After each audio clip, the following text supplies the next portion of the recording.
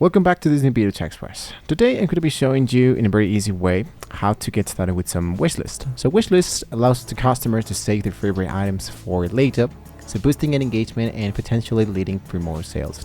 So why adding a wishlist to the Shopify store? So basically, this increased customer engagement, this reduced abandonment, this value brings value to the customer insight and provides data on which products are most popular on demand. So you can know which one is more famous than other, and you can have like a strong idea of what you can do it to.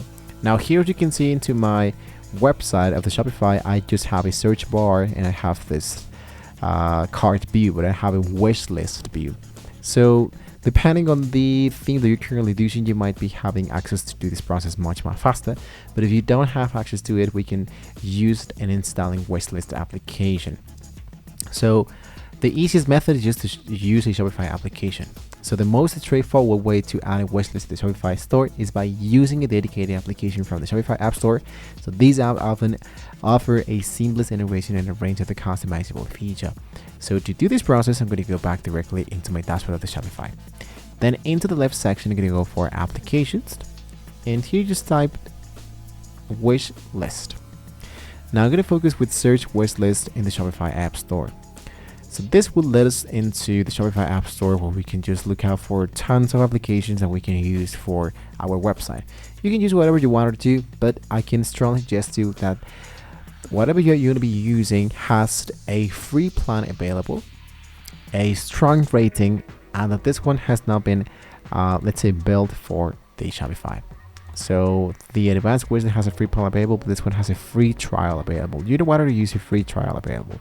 You want to use a free plan available because into the future, you don't want to pay for a free trial. You don't want to pay for an actual monthly price just for adding an actual simple wish list that you can do by yourself.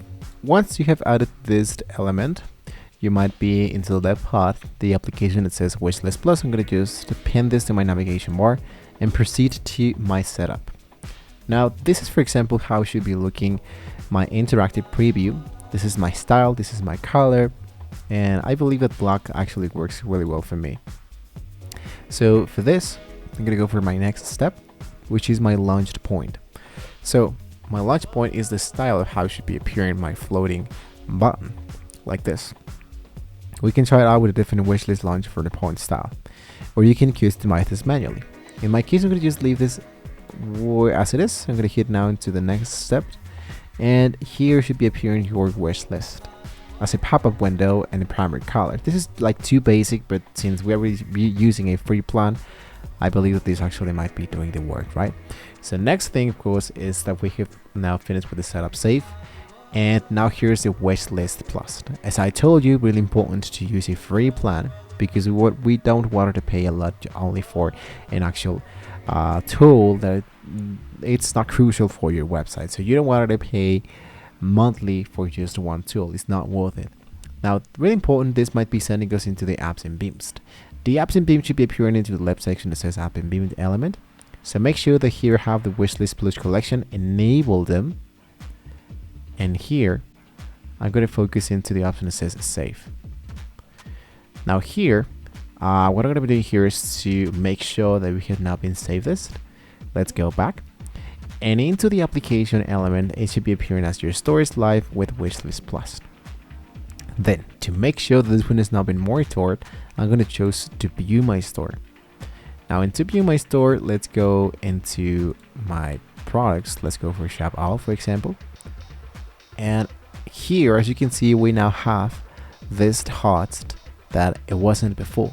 If I go back here, we can see that it didn't appear there. So I can go back into this product and I just choose this element has been added to one list successfully. So I'm going to add a few more. And then I'm going to click in there to check out my wish list. As you can see, my wish list actually looks really well. We have a guest shopper here. So you're currently shopping anonymously, either logged in or saved your wish list. I'm going to just logged in. And this should be sending us directly into creating an actual account. So really important to enable the create your account into your website before you wanted to enable a wish list into a website, because it's going to be really useless if you have a wish list and you don't have the availability for people to create their account through your actual website. So there you have it, guys. Just test the wishlist functionality. So browse your product pages, navigate to the wishlist page, ensure the items you added display correctly, test if you can remove items, and basically you are good to go. So adding a wishlist to your Shopify store is a simple yet powerful way to enhance the customer experience, encourage engagement, and potential boost to your sales. So explore the availability application and implement this valuable feature today. So if you have added a wish list to the Shopify store, you can let us know which application that you chose. You can share your experience and tips in the comments below, guys. Don't forget to like this video and subscribe to Express for more e-commerce growth strategies. Thank you so much for watching the video, and hopefully we can all see you next time.